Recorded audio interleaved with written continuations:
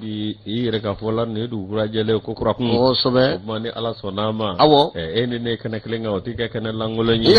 ne ko karafe abe mami mbulo sira ko leni sira jele buguni anga fo buguni ndashe sira awo mi ikado amba fuka wali mandon o kaka l'enfant de Coporopin voilà ale be réalisation na Ousmane Togo awo difula l'enfant de Dio awo no bora awakado mi ambe ezie awo je kone awo je koroba ale be montage la ani turu ka foli ale tanni o lase jamadugu kumbo kefa ka angola sukuyate awa keta mo bisimla no bora awa mi mandaw martamura marketing la Zakari Fomba télé directeur ka fuka wala mano radio directeur Morbo Sa nogo no bora mi awakado El Haji Balo amba fuka wala mano Papa Balo amba fuka wala mano sanga ani wati lajosi eko awa anabla grina la blend aywa man toro si yere la ko be alafu alhamdulillah yusu ikado eni Antoine Solan Damele awde kanga ke kenenga ikado asemi kerekela ni wati na o kama one kon nana ningana anoro la bla kakanu baw fo malikono aleni malikoka sanguta mamu sigimeni wati na ningu nyemada renouveau a jabarani ani kado akumasuma amu fo ku wala nyimondo ka keni bi alamsai kalu kle muga ani woro no bi janvier kalu ko fo samba fla ani muga ani saba yusu awu ye groupe renouveau eni ne amesi jo baminda o kono ka bami fo ninga awale nyumando yusu ni jatemene ke anwo ninga layini mi a kuna fo ninga na teme ka do dugoshila o kamo anyantige mana bo ka di ka do kuma so chama mo anu lubisika baraka chugo na bunyeni karama kono ni saga dani yere konna na de bay ka fo radio so flash ko limba na kerwani radio benga ni dambe ka baraka la fo ku wale nyumando wati kele radio dambe ikado jijeni nga fe jijana ka chedo ku fo ku wale nyumando radio yere ko si samarala benga jangene kana ka chedo fo ku wale nyumando buguni kunga la membo anga foli ni kanimbu ubelajele vie na ka chedo ku fo ku wale nyumando amani na anga musoroba nyuma ko bafanda demfra bolado anaka chokoroba ku fo ni wati na ku ga do ka anye o yusu na mbore minye kado maraka kungo ko fe radio dakabe abarakala belajele ku fo ku wale nyumando dana FM bujalo amba fo kinba ka fe a chesidle do kosobe amba na baranyo belajele fo ningu wale nyumando o na mbore radio mamilo kibila ka fe radio mamilo tamani sikaso kulukoro nyema ba ndo be bega kone ko fo adale fletisa FM kono amba fo ninga a wale nyumando ni amarasila amba fo lidi nunu belajele mo ni sanga day kono na kado enyamala yan fafe yusuna mbore ambita ikado jura kaufe radio chendu la membo amadi danyona ka chedo ku foku wala nyumando arjilela FM ambe mamtu malefu ka wala nyumando ko flache kaufe ni wati na baranyo ambela jile nani ku FM selenge naro FM ambe fuli di passer ana baranyo ambela jile mama dumya ka fuli la se amani wati na bada fuli kado edanti fuli mina minye radio domba ikara ambe kado sumana kita fo ka karanga kelina belajele fo ningo wale nyumando ukatimina njanu ka wulika jola sanga ani watu belajele la radio faso kanu la memba wule sebugula ambe kado folini taminta kanyesu belajele mani watina ama ina jiman nafa barakela ko ka wule sebuka belajele fo ningo wale nyumando wa yusu nambore watimina ambi tay kado nyena gana dugu ka folini taminta kanyesi ni sanga daina kado Ibrahima Diallo abana baranyo belajele ma radio watini konnana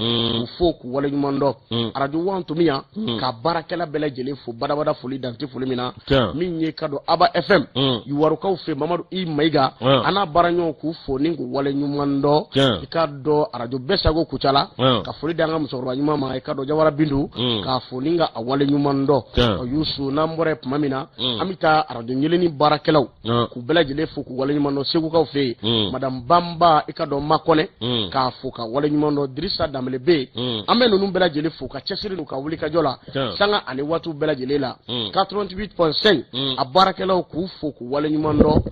danti e foli mina MC La Joie ana baranyo belajele genya ka la mebo abe fana ko fo minye MC ka fo ka wala nyumando ka foli ni tonta ka nyisi garbama ama ina murbo ko ku belajele fo ninku wala nyumando o yusu ikado bonyabi koro e ka temeningale lajosi ni ko nga tɛmɛni gale na minɛ min ye challenger ale kumanedu kumanedu lajosi kalafili jamana ɲɛma ɲini kalafili jamana ɲɛma sigi kalafili min na bolo dale du lajosi awa kana tiɲɛ yɛrɛ la awa kuma caman kɔni bɛ ka fɔ dɔw kɔni y'a jira k'a fɔ awa min ye colonel Assimi Goïta i k'a dɔn awa min ye o ka awa a ka awa ka i kan bɔ lajosi o kuma kɔni a cayalen don fa bɛɛ lajɛlen fɛ lajosi maaw kɔni bɛ kuma la lajosi awa k'a dɔn min ye tiɲɛ yɛrɛ la n'i sera an ka salon kɔnɔnaw na yalima n'i sera gɛrɛndaw la lajosi ani an ka barokɛ yɔrɔw la lajosi ninnu bɛɛ lajɛlen kɔni bɛ kuma la dɔw olu y'a jira awa ale an ka jamana a frontières kɔfɛ n'o ye i k'a dɔn jamana dɔw ye lajosi nin kuma bɛ sen na fa bɛɛ lajɛlen fɛ an kɛrɛfɛ jamana dɔw la an kɛrɛfɛ jamana ani diɲɛ jamana hali nazara jamana dɔw la lase awa k'a dɔn nin kuma kɔni bɛ sen na min ye dɔw kɔni y'a jira k'a fɔ awa min ye Assimi Goïta ye ko n'a ye kan bɔ communauté internationale n'o ye diɲɛmaa ye awa k'a dɔn olu kɔni k'olu tɛna jɛn n'a ye cogo si la min ye awa k'a dɔn maa dɔw ka kuma ye u ko awa k'a dɔn min ye sariya kɔni min jira k'a fɔ a bɛ se k'a bila yanni waati cɛ i n'a fɔ waati min ni bɛn kɛr'o kan n'o kɛra a bɛ tila k'i kan bɔ tuguni min ye dɔw kɔni y'a jira k'a fɔ awa min ye tiɲɛ yɛrɛ la ko ni o kɛra Assimi Goïta fɛ awa k'a dɔn ko sariya min bɛ yen n'o y'u yɛrɛ bolo sɛbɛn n'o ye charte de la transition ye ko awa k'a dɔn min ye o sɔsɔra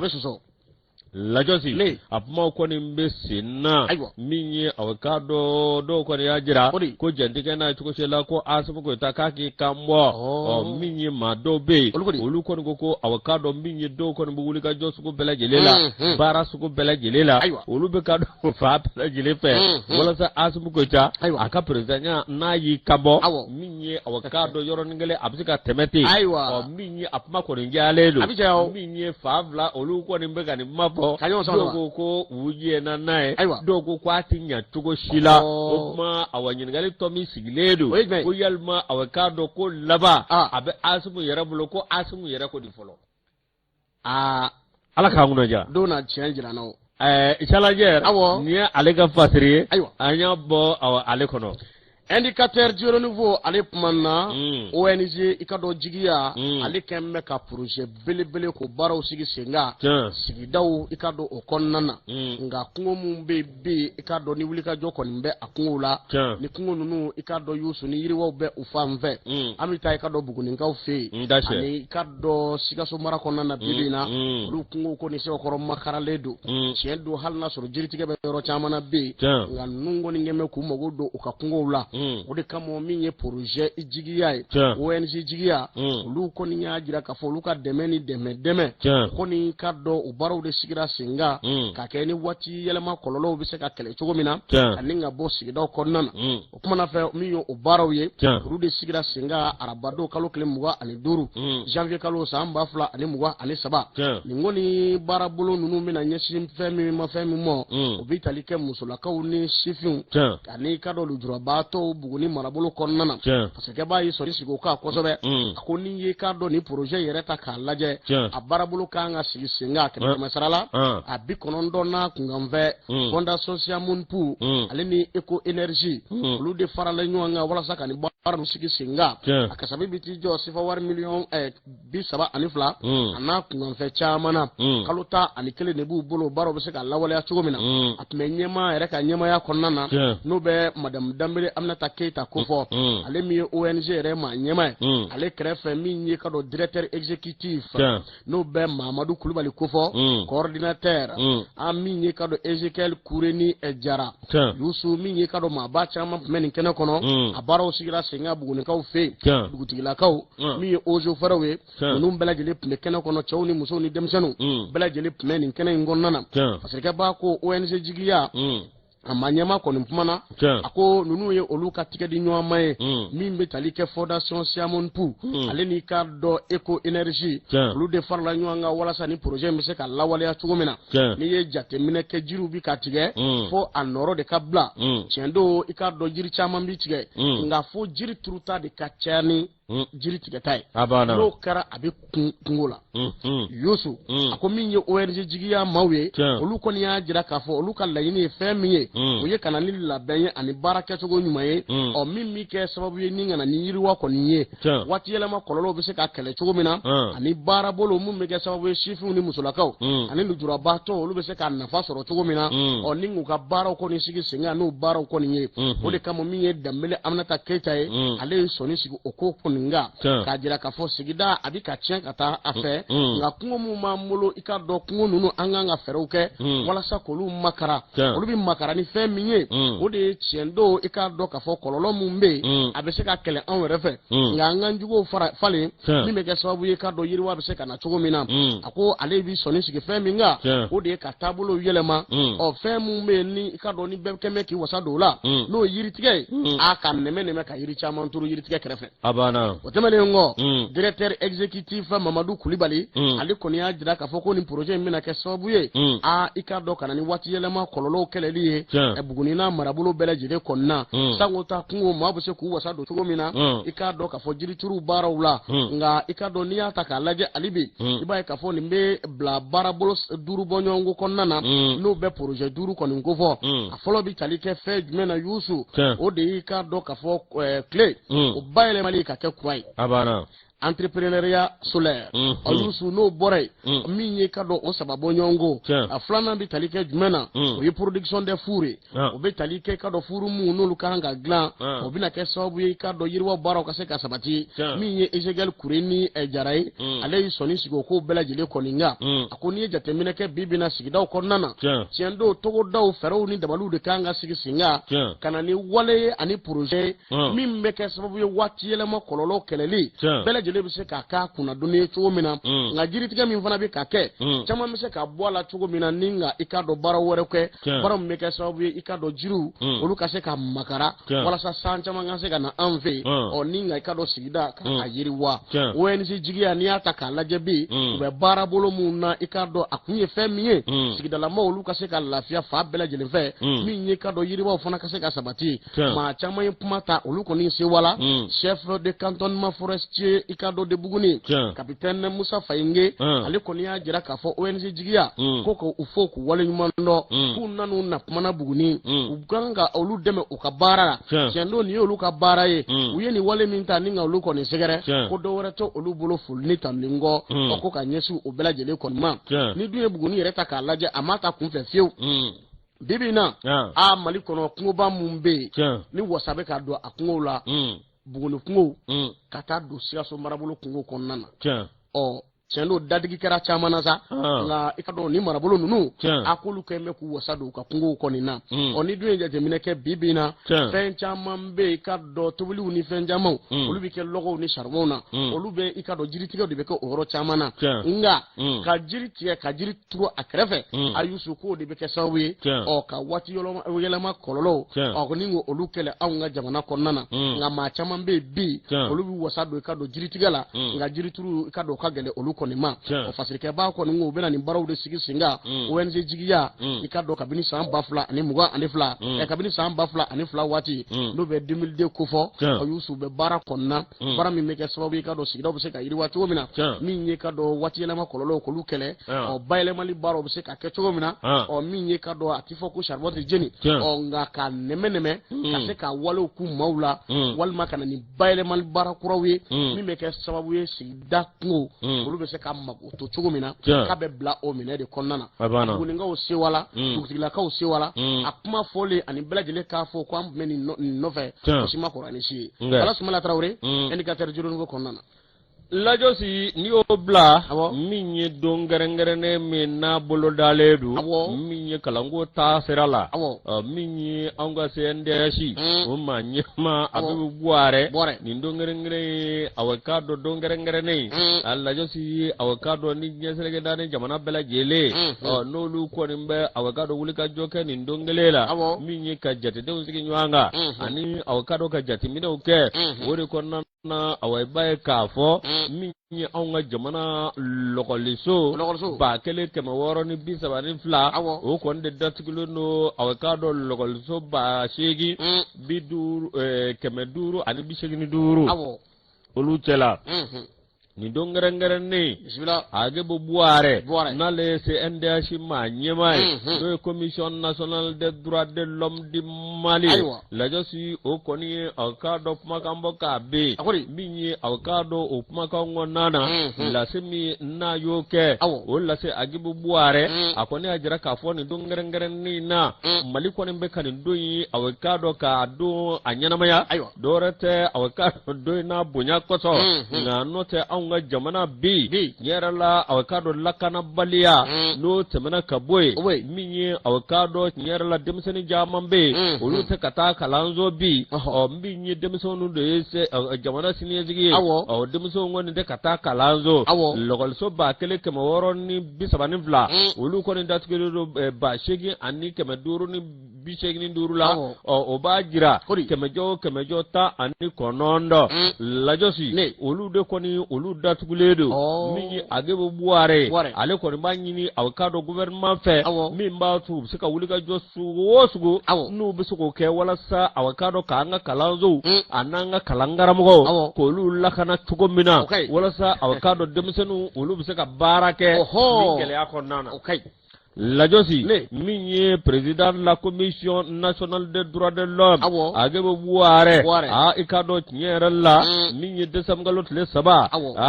samba flanta ani jegi assemblée générale des nations unies no nya selege nanu nyaman jembe tomba mina o tomba o koni avocado yeni do ngere ni belejelenga jengo makoye wode konnana ka kerengere minye avocado domi nobeke minye avocado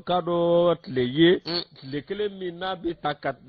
buyamasenge anikado ka awa anga kalango obi chuko mina obi blabala chuko mika odo nyanamaya wode konnana minye avocado fe mimbe no yuka resolution 7325 o minye obagira ka fo awa minye ka waliauta waliamunu nolubna ni yele manyumanyi minye avocado kalanta boloka odo konnana sa minye agibu buare ye na le siende shimba nyema ye alajosi alokon ya jira ka fo nyera la alibi anga manyema munumbe ukalaje ka wulika joke no gouvernement mi mbato avocado anga kala abseka tanye chugo mina anga kala avocado abseka topota chugo mi demisonum zeka kala nga chugo mi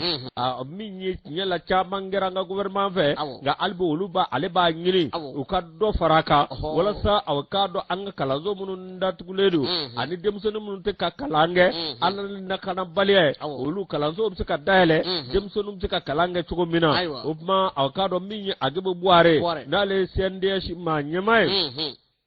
ale ajira minye awagaro koro marabolo ani chamanche marabolo wulika josugo bela jelika ke wala sa kalanzo munumbe mimba to ani kalangara mugo ani famba be nolu be balake kalangaro olu se kalakana tukombi mimba to avocado alibi anga kalanzo olu kana datugo ale ware ako abe folila se bela jelema ni jamana de bela jele munungo kalango akanyanabo munungo ko jamana ka yirwa munungo ko avocado jamana minye basiki binala wa fo sikake ni basiki ndete ala ka nguna ja ni sebe sawa dogo de ale ka fasire anya bo républicain ngono nouvelle libération Youssou Nenota angata kalabankuru de minye ni wati laba ngonnana bingali kala jugu oluko mbe bingali lawo adugunde mashila ma tsega sino ani nye fly blé kaddo bamako konnana nga minya nga polisi la ka ufanai olu fana kalika de do minye kaddo ko jugu kala wiye o Youssou fero be seka sigi singa tugo mina ikaddo ningu daga kese blé bo andala ode kamo minye kalabankuru ka ufe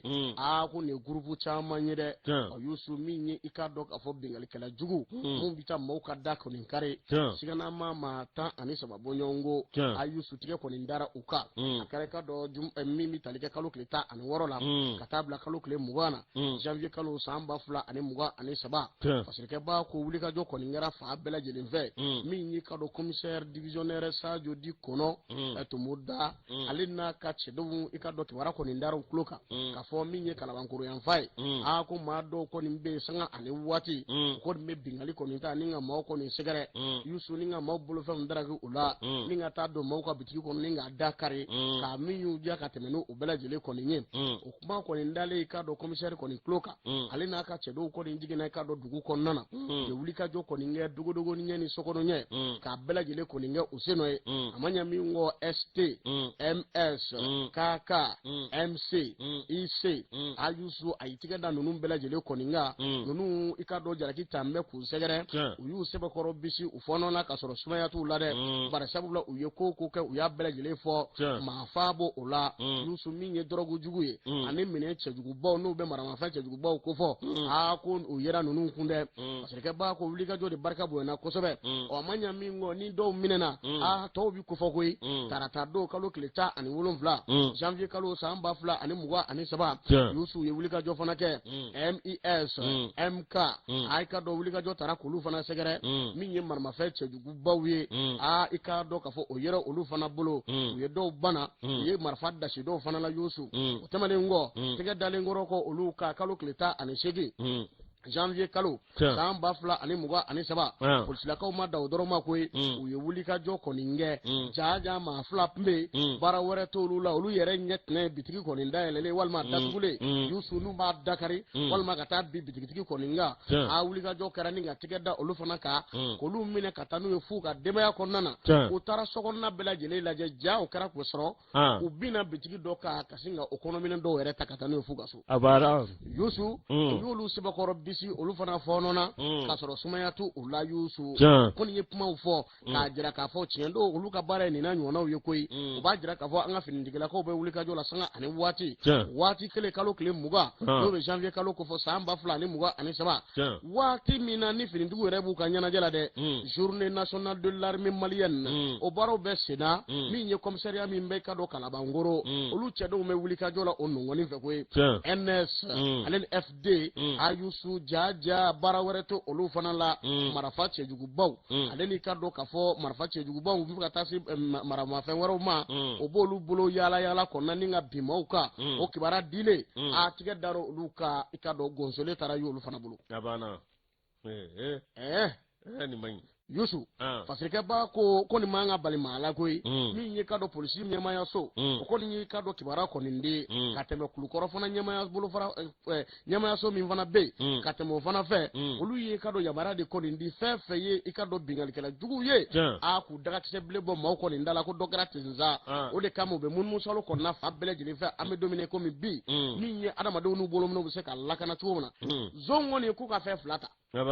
i bɛ taa kaso la so i bɛ sonyali dabila k'u kɔni y'u kale ka ye nin waati in na commissaire divisionnaire Sadio Kono Tomuda ale n'a ka cɛw k'u b'a ɲini jamanadenw fɛ u k'u fara u ka nin baara in kɛcogo ɲuman na walasa laɲiniw bɛ se ka sabati cogo min na an ye nin bɔ nouvelle libération kɔnɔna na F Sakiliba ni ale ka fasiri ye lajɛ saba hakili jigin Segu premier arrondissement commissaire divisionnaire Suleiman Touré ale fana ye dɔw minɛ olu tun bɛ opération kɛ Segu ninnu ni Joro ka taa se Kɔnɔbugu ninnu ni fɛnw ma ka maaw ni daw kun a wuli nɔfɛ k'u an bɛ min fɔ adamadenw bɛɛ k'i hakili to i yɛrɛ wa polisiw se ka kɛ foyi ye n'anw tɛ n'i y'a mɛn n'i sɔmina maa la dɔrɔn wele telimanitigiw fana a ye jigin 21h a ka taa yɛrɛ ni lafiya a ye jigin 21h a ka taa ni lafiya n'o tɛ telimanitigiw Yusu bɛ k'u bɔ n'u ni na sisan dɛ u bɛ ka telimantigiw yɛrɛ ka telimani yɛrɛ jagoya daraki u la u kɔni t'o feere bamanci ninnu ma dɛ an bɛ mɔgɔ wɛrɛ dɔ ye telimani baara kɛ k'a ban pewu u ye telimani d'a ma k'a kɛra a ta ye o ma tɛmɛ kalo 1 kan u y'o daraki u la dɔ wɛrɛ ye dɔ d'a ma a bɛ to k'o sara recette tile 2 in na dɔw taara o daraki a la telimantigiw an bɛ min fɔ a ye yɔrɔ maa bɛ k'i jija walasa i bɛ se k'i ka nasɔngɔ sɔrɔ cogo min na n'a fɔra k'aw bɛ taa maaw don nin sira sugu fɛ ala ka nguno ja lajo senegal teddiru nu amba leta office malende labita OMH minyi awakado verificateur général o ye sɛgɛsɛgɛliw kɛ min ye tiɲɛ yɛrɛ la ikado awa min ye fɛn min b'a to bɛɛ k'a dɔn u bɛ se ka wuli ka jɔ kɛ ka fɛɛrɛw tigɛ walasa awakado ta ɲɛ bi sabati cogo min na a lajɛ so de kɔnɔna na min ye awakado kadiri dɔ bɛ yen n'o ye office awa kadiri dɔ ye ikado n'o y'a maaba dɔ ye o kɔni ye nin de fɔ dɛ k'a kɛ kun tɛ dɔwɛrɛ walasa awakado hali bi baaraw awa yɛlɛmaw bɛ se ka don a la cogo min ka taa ɲuman sira kan o de kɔnɔna na awakado kabini décembre kalo san 2021 min ye office malien de l'habitat ye olu kɔni ye wuli ka jɔ kɛ k'a ɲini gouvernement fɛ awakado mission de vérificateur général min ye vérificateur général o ka maaw olu ka wuli ka jɔ kɛ min b'a to ka sɛgɛsɛgɛli kɛ min ye awakado so ninnu awakado olu jɔlen o kɔntraw ani marché minnu awakado n'olu tɛmɛna o n'a ɲɔgɔnna caman min ye ani gado équipement collectif mɔgɔ kɔnɔ yan ani kulukoro kɔnɔna na min ye k'a daminɛ san 2015 fo 2021 min ye awakado tiɲɛ yɛrɛ la miliyari 44 lasi awakado min ye wulikajɔ kɛlen a lajɛ si o de nɔ nana kana ye lasi awakado min ye tiɲɛ yɛrɛ la n'i b'a fɛ k'i sigi i ka sigi sigilan na sigilan min n'a jɛlen don sigilan min n'a bisi kɔrɔ nka ka t'i sigi a nɔgɔlen la ten lasi awakado bɛ kɛ gɛlɛyaba ye min ye tiɲɛ yɛrɛ la an ka jamana kɔnɔ ŋanamuni o bɛ se ka kɛlɛ cogo min n'o ye corruption ye an bɛɛ lajɛlen de b'o ɲini min ye awakado transition maa ɲɛmaw ani ministre de l'urbanisme de l'habitat de l'aménagement du territoire professeur Brema Kamena min ye tiɲɛ yɛrɛ la ale kɔni ye jateminɛ kɛ k'a ye ko dɔw taabolo bɛ yen a lasi i ka dɔn k'a daminɛ 2015 fo ka n'a bila 2021 na o ko o m'ale diya kosɛbɛ lasi a ye wuli ka jɔ kɛ bureau de vérificateur général premier ministre ka yamaruya kɔnɔ i ka dɔn o kana fɛsɛfɛsɛliw kɛ ka ko bɛɛ lajɛlen da kɛnɛ kan min ye OMH ale yɛrɛ bangena sariya bolo la n'u ye numéro 096-030 janvier kalo tile 12 san 1996 min bɛ awakado tiɲɛ yɛrɛ la i ka dɔn awa min ye Samba Amadi Baabi a n'a ka awakado baarakɛlaw n'o y'a ka équipe ye min ye awakado olu kɔni y'a jira k'a fɔ awa sɛbɛn kɔnɔ ministre olu ka lajɛ min ye awakado MH ye a baara u ka baara to a barakɛ ɲɛmaw bolo walasa u bɛ se ka baara kɛ u ka hakɛ kɔnɔ cogo min n'u ka dɔnni n'u ka faamuyali kɔnɔ ko awa i ka don u ɲin kana don u ka baaraw la lasi awa min kɛra min ye tiɲɛ yɛrɛ la lajɔsi awa i ka dɔn wulikajɔ kɛlen san 2021 o ye masi awa i ka dɔn tiɲɛ yɛrɛ la sariyaw olu ka bato minisiri de y'o ɲini u fɛ ko u ka sariya bato dɛ wa u ka textiw lajɛ n'o ye awakado ka baarakɛfɛnw ye u k'olu lajɛ baarakɛ yɔrɔ taabolo sira ye nin ye sariya de ye nin fɔ bɛɛ n'a ka texte don a banna fo ni minnu ta kɛ jalagɛlɛya ye k'a sɔsɔ lajɔsi cakɛda fɛn Mali kɔnɔ bɛɛ n'a ka texte don minisiri fana jɛlen don a jɛlen don minisiri kɔni y'a jira k'u ka baara kɛ n'o hakilina ye min ye awakado tiɲɛ yɛrɛ la i b'a ye k'a fɔ min ye awakado waati dɔ kɛra so kɔni ko dira maaw ma n'o ye so 2000 ani logements sociaux 102 ani 500 ni kɔ lajɔsi o bisi o kɔni kun jɛyara fo a nana kɛ a laban commission min bɛ n'olu y'o o baara cɛjugu kɛ ministre nana ka na o commission bɔ yen n'u nana commission wɛrɛ sigi kabini 2015 min ye tiɲɛ yɛrɛ la i b'a ye k'a fɔ wulikajɔ caman bɛ yen ministre min tun bɛ yen lasi olu kɔni nana ka na ko dɔw bolo da o ko kɔnɔna na o bɛ tali kɛ min ye awakado bɛnkan sɛbɛn dɔw min ye 119 ye o wari o tun bɛ ti jɔ miliyari 249 na lajɔsi so 2,049 na ani kɔ so 40,000 kɛ maaw ka hakɛ to 40,000 130 ani kɔ lajɔsi o b'a jira o logement sociaux min Bamakɔ district ani Kulukɔrɔ lasi awakado min ye tiɲɛ yɛrɛ la o nafolo tun bɛ ti jɔ awakado miliyari caman na lasi awakado miliyari saba ana kunganfɛn lajosi n'i ye jateminɛ kɛ i b'a ye k'a fɔ awa min ye baara ninnu kɛlen lasi i b'a ye k'a fɔ min ye wulikajɔ kɛra awa min ye u y'a lajɛ k'a bolo kɛ sɛbɛn bolonɔ kɛ sɛbɛn 1000 ani 7,700 la kɛ lajosi n'i ye a jateminɛ fɛnsɛbɛtaliw kɛlen awa k'a dɔn office malien de l'habitat lajosi awa k'a dɔn min ye tiɲɛ yɛrɛ la so awa ba 45 o ay k'a dɔn o de kɔni bɛ jɔ lajosi nka n'i ye jateminɛ kɛ i b'a ye min ye wari min ni aw k'a dɔn o kun kan ka taa don o la o wari tun bɛ t'i jɔ aw k'a dɔn miliyari 955 a n'a kunkanfɛnna lajosi i b'a ye k'a fɔ min ye wulikajɔ kɛlen i b'a ye a waati la u bɛnna ni bɛnkan sɛbɛn dɔw ye o tun na ni gɛlɛyaba ye nka minisiri min tun bɛ yen o nɔrɔ bilara awa 2007 minisiri dɔ fɛ n'o ye aw k'a dɔn minisiri technocrate ye o y'a lajɛ min ye aw k'a dɔn bɛnkan sɛbɛn bɛ 7,7 min an ye min fɔ o y'a lajɛ ka 73 bɔ a la bawo aw k'a dɔn o n'o kun kɛra a tun bɛ kɛ gɛlɛyaba ye a waati wulikajɔ kɛra min ye maaw ye kuma caman fɔ nka cɛ minisiri a waati a dɔnfɛn kun don o kɔni na kana tɛmɛ o sira kan min ye BTB a maa ɲɛmaa dɔw bɛ yen olu kun ye aw k'a dɔn min ye tiɲɛ yɛrɛ la olu ye kuma caman fɔ nka minisiri ye nin waleya min kɛ i k'a dɔn waleya gɛlɛnba don koyi nka a min ye a y'a kɛ ani sababa bɛnna min ye o wulikajɔ ani aw k'a dɔn tɔ k'a jɛmuru kun bɛ yen a y'o baara bɛɛ lajɛlen kɛ nka min ye aw k'a dɔn kabina ale nalen lajosi aw k'a dɔn a ye fɛsɛfɛsɛli fɛn bɛɛ lajɛlen kɛ min ye aw k'a dɔn baara ka k'a kɛcogo la sariyaw ka bato wa a y'a ɲini OMH maa ɲɛmaa fɛ a k'a lajɛ i k'a dɔn a ka baara kɛ ni sariya ye a ka baara kɛ ni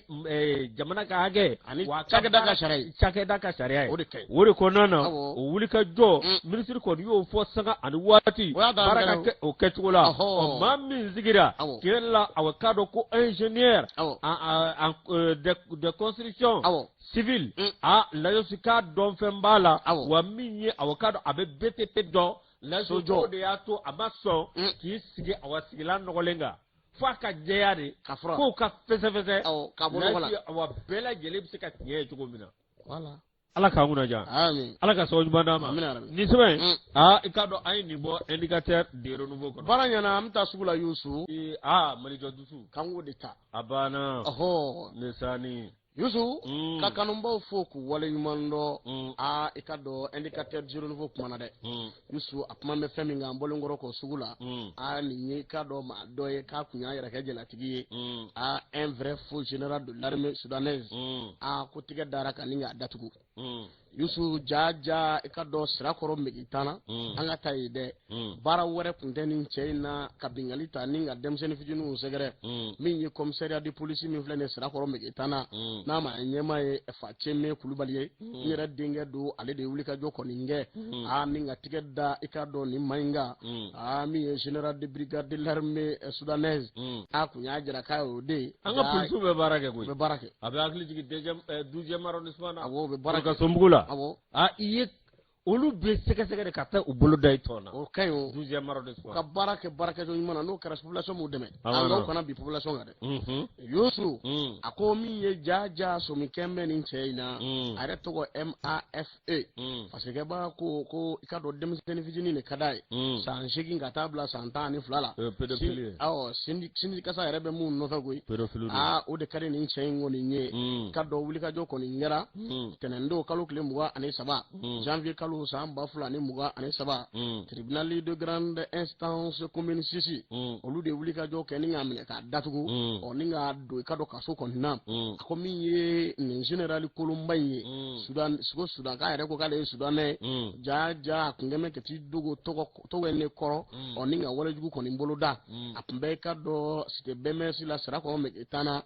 sanga ani waati min ye ka dɔn denmisɛnnin fitininw san 8 san 12 a b'olu de bɛlɛ bembele ninga ikado chen muso ya hakilina ta kulu segere o fasirika ba ko ni ajira ka foka ko kera turi ko ka keni ikado olu kibara mi ngoni zoro ako ni de masa doy ni ngoni ikado ale tara daba kashi police commissariat la ka jira ka fo ale de sansigi ako hakilina do tara ka segere de o ko mami ya segere o ni chenye yusu jaja ubeta demvijini nunu o ningu ta yaw katana ikado ningo nga ikado yorola sambi nani ani doni mbonyongo o yusu ka sibita bla o de lakwe o ngani jatemine ke ale koni ma demvijini vijini nunu ninda sansigi santa ani fla o moka geto akon meto onu olu koni nya akaso o yusu ninga ikado ka fo chele mso hagilna o ninga utaka nunu ni segere o ayre fana ni wole nundo bishika fo Ces derniers auraient forcé la mère de la fillette à aller au domicile du faux général de l'armée soudanaise et l'oblige à se mettre nez devant lui avant de toucher aux parties intimes de la petite, tout en lui demandant de toucher les siens.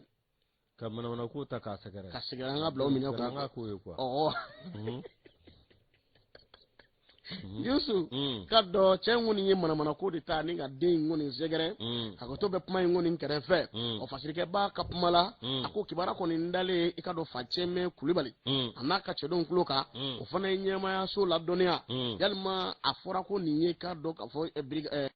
général de brigadier o mefe kata ko laje ka segezege o jalakita me ka segere nyemo abiso ngasera dia wa o nyemo fana sera damo kaka ta ka segezege luke o amami nzora ko la ka nyefo mo wuli ka jɔ de barika nana bonya u ye sɛgɛsɛgɛliw kɛ dogodogo ɲɛ ni sokɔnɔ ɲɛ ni k'a bɛɛ lajɛlen lajɛ ni ka sɔrɔ ka taa tigɛ da a ka sira kɔrɔ o waati min na u bɛ tigɛ da kan pistolet automatique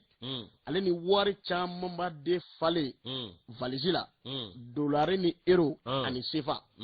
olu kɛn bɛ ka valise in fa tetew a bolo yusu o ko quartier professionnel den saba bɛ a bolo a bɛɛ ye finitigilakaw ta ye yusu o ko ni y'a sama ka na n'a ye k'a dɔn commissariat la sirakoro megetana ni ngana sɛbɛkɔrɔ ɲininka sɛgɛsɛgɛli gualen kɔrɔ ko a la a nana ye k'a fɔ ni yɛrɛ bangera Ɲoroji Sahel de u y'a sɛbɛkɔrɔ sɛgɛsɛgɛ ale bi min ye a kun y'a fɔ k'a ye colonel ye ka tila kana fɔ k'ale ye général ye ko min ye ko k'ale ye Gana ye a tila k'a fɔ k'ale Sudanka ye Yusu kuma kɔni da in na ka da in u y'a sɛbɛkɔrɔ sɛgɛsɛgɛ ka jalaki jɔ a la a bɛ ɲɛ min kɔ o y'a saba ka na jɔ kiiritigɛlamaw ɲɛkɔrɔ olu y'a datugu an bɛ waati min na i n'a fɔ sisan a bɛ kaso kɔni na Adama Jabate nin y'ale ka fasira ye ni ka tɛ jiriw la an balakaw a y'a hakili to a denw na an denw fana ye cɛ a ye hakili to an denw na donc ala a ye hakili to an denw na an bɛ waati min na i n'a fɔ sisan den mana taa école la ni école jiginna a y'a fɔ a ye école ma jigin so sira ɲini ni den ka kan na heure min na n'a mana o heure la tobili bila i ka taa ɲini a dɔ tɛ a sɛnɛ ma gannen don dɛ ala ka hakili ɲuman d'an bɛɛ ma bisimila Layosi awɔ an b'a ɲini Jogalanin fɛ ko fana ka to k'a fili yɔrɔ dɔ a ka fili yɔrɔ dɔ a kelen yɔrɔ kɛ a keleku yɔrɔ wa keleku yɔrɔ n'a ye keleku kati kabakuru na a bɛ sɔn ka yɛrɛ sɔrɔ kuluba dugumala in na dɛ Layosi min ye Mahamɛ Tarawele an b'ale ka fasiri ta min ye o ka dɔn ministre de l'économie et des finances Alfuseni Sanu min ye don kɛrɛnkɛrɛnnen min n'o ye journée internationale des douaniers min ye san 2023 soldat de l'économie lajɔsi min ye o ka dɔn anw ka jamana ye nin don kɛrɛnkɛrɛnnen o ka dɔn min ye janvier kalo tile 26 san o san ɲɛma kɔni awakado douaniers u bɛ nin don kɛrɛnkɛrɛnnen don ka ɲɛsin an ka douaniers ma n'o ye soldat de l'économie ye lajɔsi o de kɔnɔna na awakado min ye janvier kalo tile 26 Layosi awa nin don kɛrɛnkɛrɛnnen an ka a bɛnna waati ye min bɛ san 70 awakado organisation mondiale des douanes Layosi awakado a san 70nan ɲinan da sa o min ye o don kan kuma ani o welewele madakan o ye aw ka dɔ tiɲɛ yɛrɛ la maa minnu bɛ yen n'o ye nouvelle génération ye n'o ye aw ka dɔ olu kɔni walasa aw ka dɔ dɔɔni a bɛ se ka cɛrin cogo min na min ye u bɛ se k'u disi gosi ni dɔ ye aw ka dɔ a fini n'a baara ye lajɛsi o de kɔnɔna na sa min ye aw ka dɔ anw ka maa ɲɛmaaw n'o ye anw ka aw gouvernement ye o kɔni aw ka dɔ douane dɔ yɔrɔ ka bon cogo min na min ye k'a lajɛ min ye aw ka dɔ douaniya a bɛ se ka don ba la cogo min hali bi douaniyaw bɛ se k'u gosi gosi n'u ka baara ye lajɛsi o de kɔnɔna na sa min ye k'a lajɛ min ye douaniya yɛrɛ aw ka dɔ transfert de compétence u bɛ se ka aw ka dɔ hakilinaw ta k'a di ɲɔgɔn ma ka faamuyaw aw ka dɔ k'o fara ɲɔgɔn kan min ye ka faamu dɔɔni kuraw olu ɲini min ye denmisɛnninw ye n'o ye nouvelle génération ye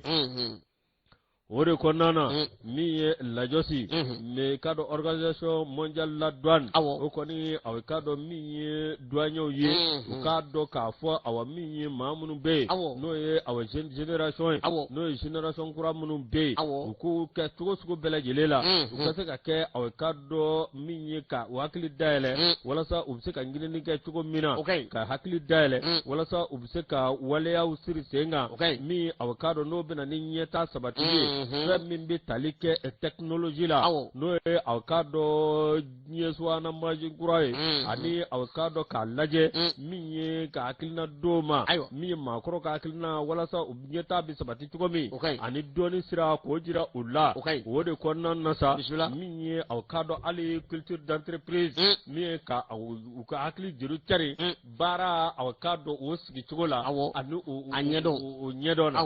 lajɔsi o de kɔnɔna na aw ka dɔn min ye tiɲɛ yɛrɛ la i b'a ye k'a fɔ min ye ministre a y'a jira k'a fɔ fɛn min bɛ yen n'o bɛ sɔrɔ yiriwa ani ka adamadenya o sabati an ka sigidaw kɔnɔna na aw ka dɔn baara u bɛ se ka kɛ a ɲɛdɔn ye cogo min na ka baara kɛ aw ka dɔn plus de professionnalisme lase aw ka dɔn ka baara k'a ɲɛdɔn k'a dɔn a kan ka taa sira min fɛ min ye k'a ta o sira fɛ ka hakilinaw juru cari lase aw ka dɔn min bɛ yen n'o ye aw ka dɔn kɛ yɛrɛ ye baarakɛlaw ani aw ka dɔn douaniers olu ka taa sira bɛ se ka taa sira ɲuman fɛ cogo min na o de kɔnɔna na sa min ye anw ka jamana kɔnɔna i b'a ye k'a fɔ gɛlɛya caman anw y'o sɔrɔ gɛlɛya minnu bɛ yen min bɛ tali kɛ coronavirus kan embargo ninnu fo ka taa se Russie Ukraine o gɛlɛyaw ma lase aw ka dɔn ko bɛɛ lajɛlen an ka douaniers u sera ka wuli ka jɔ kɛ o gɛlɛya k'o bɛɛ lajɛlen tɛmɛ lase ka yiriwa taasira ɲini min b'a to aw ka dɔn hali bi jamana jigiɲɛba o bɛ se ka lafa cogo min na wa sɔrɔ bɛ se ka kɛ sɔrɔ malo sɔrɔ ye lajɔsi min ye aw ka dɔn hali bi an ka douaniers u ka taa aw ka dɔn ɲɔgɔn ye baw la ani aw ka dɔn ka stage a stage koko kalanbolo ani aw ka dɔn k'u lakɔkɔ n'o ye aw ka dɔn formation ye lasi o de kɔnɔna na min ye aw ka dɔn hali site web o min filɛ nin k'a ɲini k'o dɔn ni ka o bila u ka bolo kan lajɔsi min ye an ka douaniers min ye aw ka dɔn tiɲɛ yɛrɛ la i b'a ye k'a fɔ hali bi u ka wuli ka jɔ aw ka dɔn an'u bɛ baara min na lasi an'u ɲɛtaa min n'an b'o ɲini lasi aw ka dɔn o tɛ se ka kɛ cogo si la fo douane ka kɛ douane kolo jɔlenba de dɔɔni ka sabati u ka to ka hakili falen kɛ ka tila ka taa m'o bolo da ka taa yɔrɔ wɛrɛw la ka dɔɔniw fara ɲɔgɔn kan i n'a fɔ maa wɛrɛw bɛ se ka na anw ka dɔɔni ɲini cogo min k'o fara u ta kan o hakili falen ani o dɔɔni falen lasi k'o ɲɛtaa bɛ sabati minisiri a ye foli lase min ye an ka douane a maa ɲɛmaaw ma min ye kɛrɛnkɛrɛnnenya la Amadu Konate min ye k'a fɔ ka waleɲuman dɔn ka tila ka sira dɔ boloda min bɛ se ka galabu don aw ka dɔn douaniers la douaniers u ka baara kɔnɔna na maa bɛ yen n'olu jɔyɔrɔ bonyana kosɛbɛ n'olu ye baara kɛ kosɛbɛ f'u bɛ se ka kɛ misali ye u bɛ aw ka dɔn jɔnjɔn dɔ ta ka d'o ma walasa aw ka dɔn k'a waleɲuman dɔn galabu ka don u la ani a jɔnjɔnw la min bɛɛ lajɛlen b'a ɲini n'a ni jɔnjɔn sɔrɔ a bɛ kɛ sababu ye ka galabu don u la ka taasira jɛya u ye o tuma an'u ye réforme minnu kɛ min ye yɛlɛmabolo minnu bolo da o yɛlɛmabolo aw ka dɔn k'olu bɛɛ lajɛlen ta ba la wa min ye a kɔni a b'a jira k'a fɔ bɛɛ lajɛlen k'i yɛrɛ di jamanako la douanier bɛɛ lajɛlen k'i yɛrɛ di douane baara la walasa ɲɛtaa bi sabati a ye tâche bila kɛ min ye douanier minnu bɛ yen ani civil minnu bɛ yen i k'a dɔn ani wolomasiri tabaa minnu bɛ yen nka min ye kɛrɛnkɛrɛnnen douanier minnu bɛ yen u ka baara kɔnɔna na ni olu binna jugu awa n'o kɛra sababu ye ka olu awa dangari olu la ni olu bɛ tiɲɛ so bi lasi ko ala k'u dayɔrɔ nɛɛma ko awa seedusuw don bawo u sara jamana ko de la o de kɔnɔna na min ye aw k'a dɔn ko a bɛ douanier fo min ye hali bi Mali ala ka Mali ka taa ɲɛ sabati ala k'an kunna diya ni sɛbɛn ye maa min Tarawele ale bolo n'o ye ene fana kumana an ka taa i ka dɔ Kayiba Jabate Ayusu nin ye maa fila ye olu yɛrɛ fa parce que ba ale kumana Umar Bagayogo a ko min ye i ka dɔn nɛgɛsira kan n'o bɛɛ Kayiba Jabate kɔni ko fɔ kalo tile 19 ani kalo tile 21 janvier kalo san 2023 nin fila bɛɛ ye cɛ ye Yusu ko ninnu ye u yɛrɛ bɔnɛ u ni na dɛ u y'u yɛrɛ fa nka fa tɔgɔw tɛ kelen ye parce que ba ko maa fɔlɔ ale kɔni Kayɔrɔ ni Kayicɛ kilo 35 ye demu pel ale ye buguda ye min filɛ nin ye ka dɔ Bangasi ale commune na parce que ba ko kabini san 2020 HB ale ye Mauritanie ka ye i ka dɔ Bagangɛna do a bɛ Bagangɛna ka dɔ nin buguda in na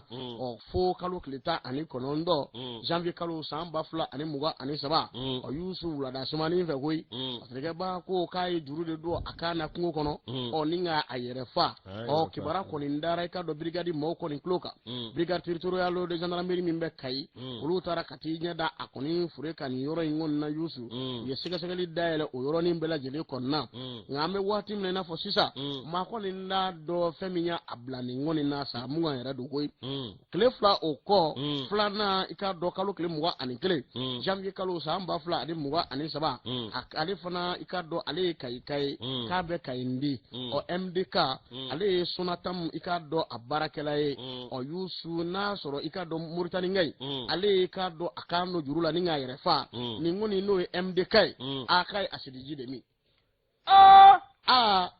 o b'i dabilo ko to ni la k'i nugu ɲimi dɛ a man ɲi maa kana asidi yɛrɛ fa su man ɲi yɛrɛ fa man ɲi kana yɛrɛ faga ko ye jamais donné ngɔ c'est premier ka di dɛ yɛrɛ fa man ɲi dɛ kamana guasi kan'i bila yɛrɛ fa la ko mana kɛ cogo cogo a bɛ a mana gɛlɛya bɔ dɔw bɛ yen o de y'a to ni problème b'i la maa ɲɛnama dɔ ɲini i k'i gundo fɔ ye i k'i gundo fɔ anw tubabuw fɛ yen olu bɛ maaw dɔw de kɛrɛnkɛrɛn a kama psychologue voilà olu bɛna i sigi k'i lajɛ k'i hakili yira ɲɔgɔn na mais anw ka adamadenya la hali n'a gɛrɛ na ne da la ne bɛ se e lajɔ suma k'a ɲɛ i bɛ se ka n bilasira i bilasira adamadenya yɛrɛ taasira o de ye a banna yɛrɛ fa man ɲi dɛ yɛrɛ fa kɔni man ɲi sa o ne sɔrɔ la i yɛrɛ fa bi sa co ka di kini ka di zamɛ ka di que si le jeune Mauritanien s'est suicidé par pendaison, MDK lui s'est suicidé en buvant de l'acide. L'acide. Acide maine.